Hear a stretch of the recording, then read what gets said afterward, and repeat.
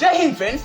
Number సిస్టంలో బార్లో ఉన్న క్వశ్చన్ని, బార్లో ఉన్న నెంబర్ని ఫ్రాక్షన్లో ఎలా చేంజ్ చేయాలో ఇలాంటి క్వశ్చన్స్ కాంపిటేటివ్ ఎగ్జామ్స్లో ఎక్కువ అడుగుతున్నారు.